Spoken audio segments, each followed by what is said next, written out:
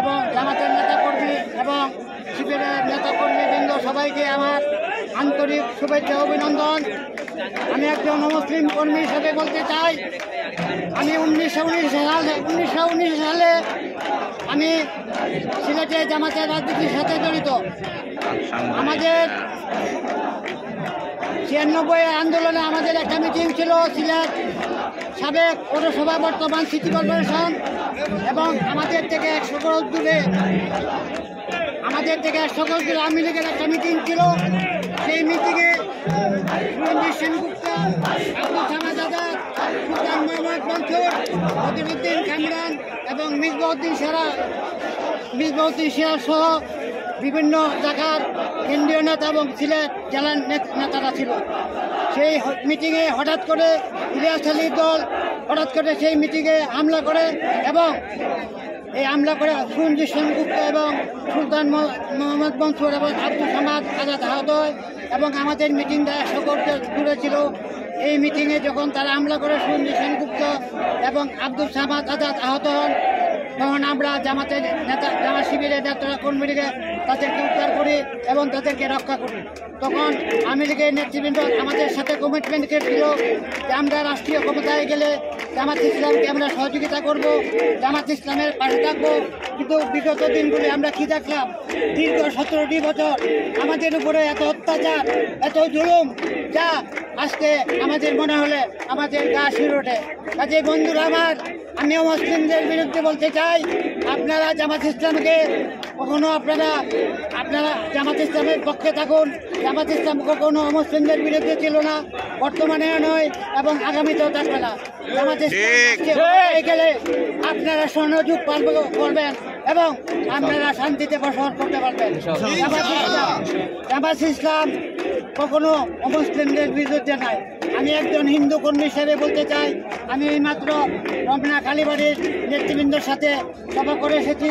ওনাদেরকে বলে এসেছি যে আপনারা আপনাদের নেতৃবৃন্দ, ঢাকার নেতৃবৃন্দ, আপনারা জামাত ইসলামকে সহযোগিতা করেন, আপনারা পাশে থাকেন আমাদেরকে, আমরা আপনাদের পাশে আছি। এবং জামাত ইসলামের রাষ্ট্রীয় ক্ষমতায় গেলে আপনারা সহযোগ পার করবেন। এবং আমাদের আমির জামাত বলেন যে আমরা সরকার গঠন করলে এবং রাষ্ট্রীয় ক্ষমতায় গেলে আমরা শাসক হবো না, আমরা সেবক হবো এবং আমরা পিওরের মতো কাজ করব। আমাদের জামাত ইসলামের বিরুদ্ধে বিভিন্ন ষড়যন্ত্র চলছে, আপনারা সজাগ দৃষ্টি থাকবেন। আপনারা সবসময় আপনারা নেতৃবৃন্দদেরকে বলতে চাই, আমরা বিভিন্ন বিভাগীয় শহর বা আমাদের থানা এবং বিভাগীয় পর্যায়ে আপনারা সবাই সজাগ দৃষ্টি রাখবেন। আমাদের উপরে গভীর ষড়যন্ত্র চলছে। আজকে আমরা স্বাধীনতা 54 বছর হয়ে যায়, কিন্তু আমরা এই ষড়যন্ত্রের কাছ থেকে বের হতে পারি না। আমাদের আমিরে জামাত আজ থেকে যদি আরো 50 বছর আগে এই বাংলার বুকে জন্ম নিত, ওটা আমাদের জামাত ইসলামের প্রেক্ষাপট অন্যরকম হতো।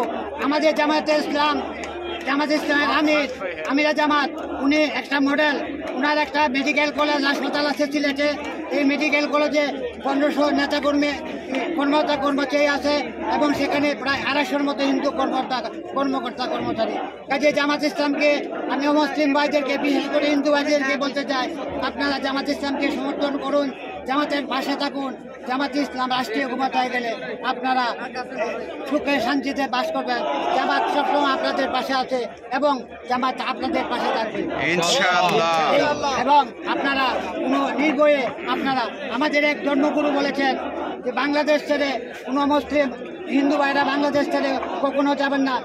হিন্দুদের শান্তি স্থান হবে এই বাংলাদেশ, হিন্দুদের শান্তি স্থান হবে বাংলাদেশ। কাজে আপনারা এই দেশের নাগরিক, সচেতন নাগরিক, আমাদেরকে সমর্থন করুন, আমাদের পাশে থাকুন।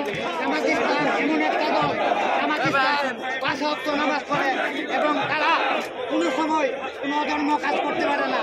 আমরা এইবার দুর্গা পূজাতে এবং